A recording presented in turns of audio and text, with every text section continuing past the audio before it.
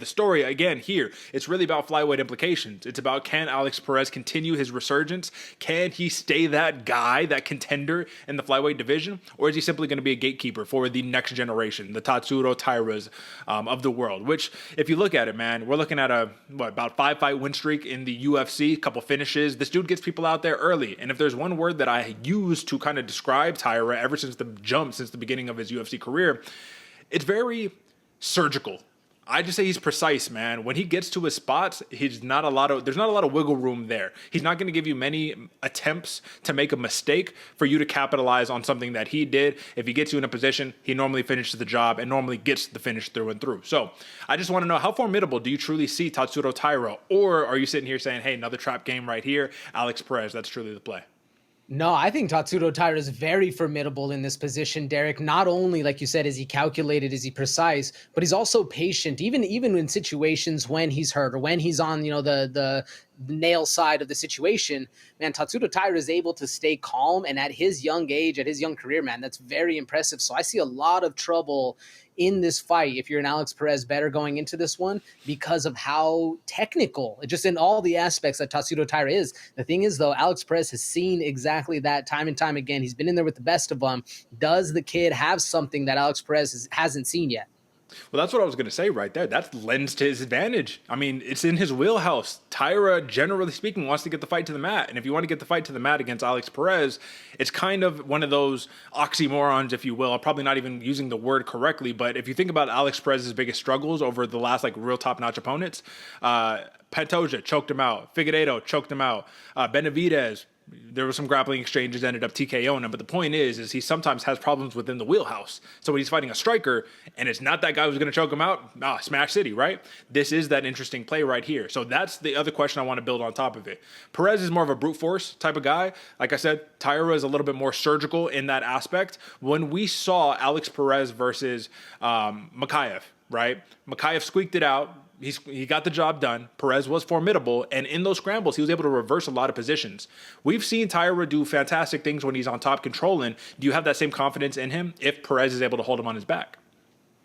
I do actually. It's crazy, Derek. I have a lot of confidence that Taira is going to be able to hit some switches, going to be able to wiggle out, and we're going to see a lot of high quality, high class stuff going on in this fight that's going to be happening super fast. So you're going to have to be paying attention to this one, fans, because it's going to be chaos. And I see a washing machine style of fight in this one with how technical both these fighters are in that ground game. And I'm expecting this one to hit the ground for sure. What do you make of the opening line? We didn't talk about it yet, but Taira, the but the undefeated fighter, minus 170 favorite at open, plus 140 comeback for Perez. It's crept up a little bit, minus 190 for Taira, and now plus 165 for Alex Perez. So there's a little bit of a line shift, but it's not as massive as I actually would have imagined.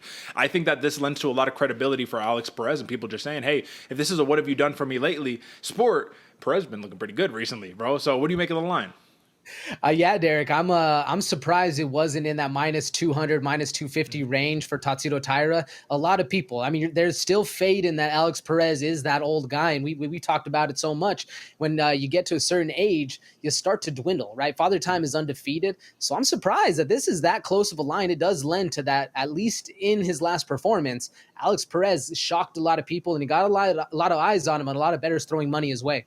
Yeah, no, I think that's totally fair right here. So let's talk about some of these props that we have right here. Of course, this is a major opportunity for Taira, regardless of what happens. He's ranked 13. You get a shot against number 5. This is opportunity to crack that top 5.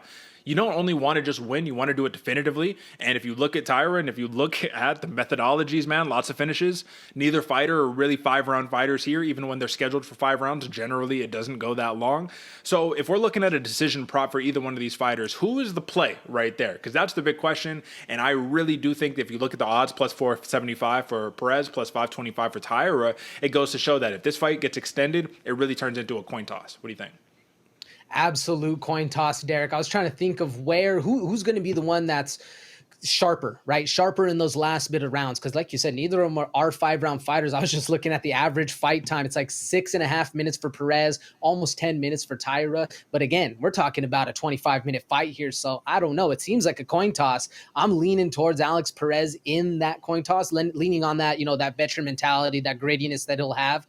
And hopefully he's able to drown Taira and drag him into those bloody waters. But man, I mean, yeah, coin toss all day long. What do you think about that submission, Derek? I know we were saying before, the submission for Taira, we were saying before, Alex Perez suffers a little bit in that situation. Plus 120 looks pretty juicy. What do you think?